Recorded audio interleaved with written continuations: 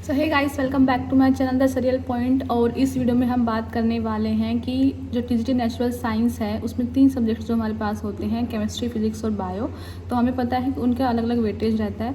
ये जो वीडियो होगा, जो ये वाला हमारा वीडियो है, इसका मेन कंसर्न है हमारा कि जो केमिस्ट्री है उसको आप कैसे कवर करें, कौन कौन से चैप्टर आपको पढ़ने हैं, जिससे कि आपकी केमिस्ट्री जो है पूरी कवर हो जाएगी। कि आपको 10th क्लास तक की पढ़नी है, आपको 12th की पढ़नी है, फिर आपको ग्रेजुएशन लेवल तक की भी पढ़नी है।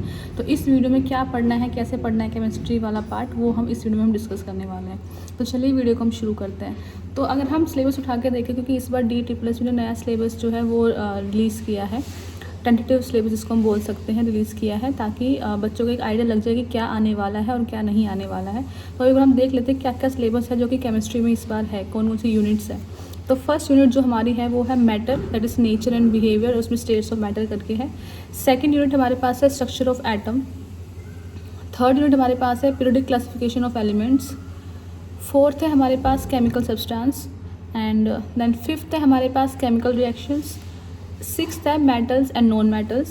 सेवन्थ है कार्बन कंपाउंड, और एट्थ है हमारे पास conservation of natural resources. Ninth है मैनमेड मटेरियल। तो यानी कि टोटल 9 यूनिट जो है हमारी इस बार केमिस्ट्री के अंदर आ रही है, जो कि हमें कवर करनी है DEET के नेचुरल साइंस के सिलेबस के अंडर।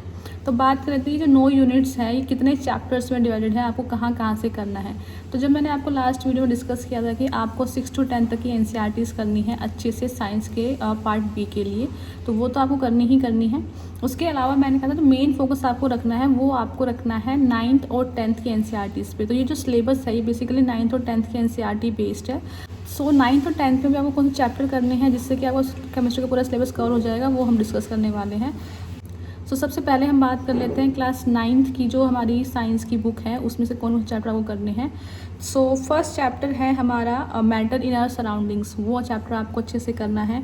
दूसरा है हमारे पास is matter around us pure, वो वाला आपको चैप्टर करना है। Then third is atoms and molecules, और फोर्थ है हमारे पास स्ट्रक्चर ऑफ एटम, और जो फिफ्थ चैप्टर होगा वो होगा हमारा नेचुरल रिसोर्सेज। तो यानी कि 9th क्लास में आपको टोटल 5 चैप्टर्स करने हैं केमिस्ट्री के अंडर।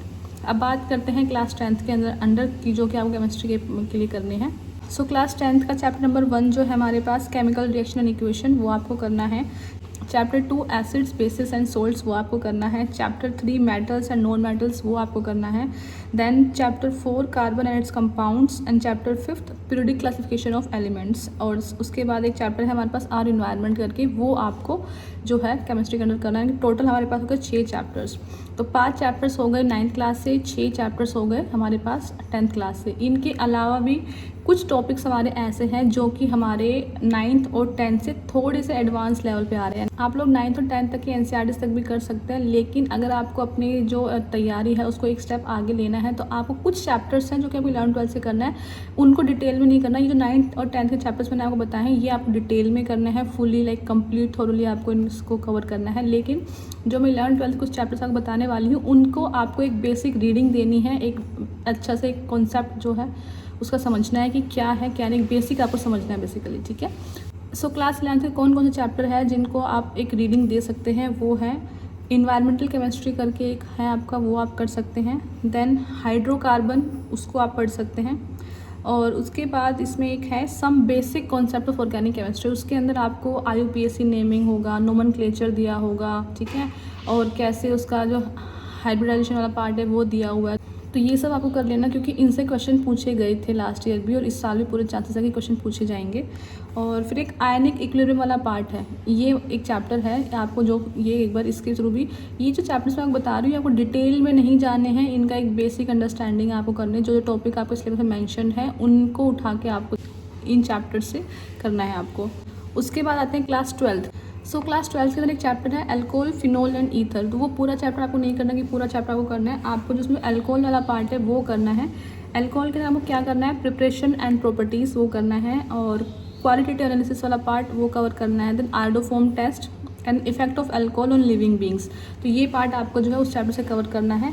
नेक्स्ट जो चैप्टर है हमारा वो है aldehyde, ketone and carboxylic acid, ये भी आपको पूरा नहीं करना है। इसमें आपको जो कार्बोक्सिलिक एसिड वाला पार्ट है वो करना है, उसमें भी आपको प्रिपरेशन एंड प्रॉपर्टीज़ वो करना है, बस दैट्स इट। एंड देन एक चैप्टर जो आपको करना है वो है पॉलीमर्स करके होगा, आपको ऑर्गेनिक केमिस्ट्री का पार्ट है वो आपको करना है। और एक चैप्टर है केमिस्ट्री इन एवरीडे लाइफ। तो ये 4 चैप्टर्स टोटल हो गए हमारे क्लास 12th के।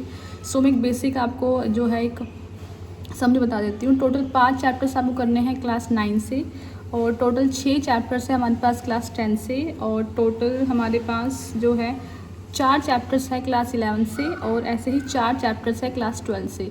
सो ये एक बेसिक समरी थी जो मैंने आपको प्रोवाइड करी है।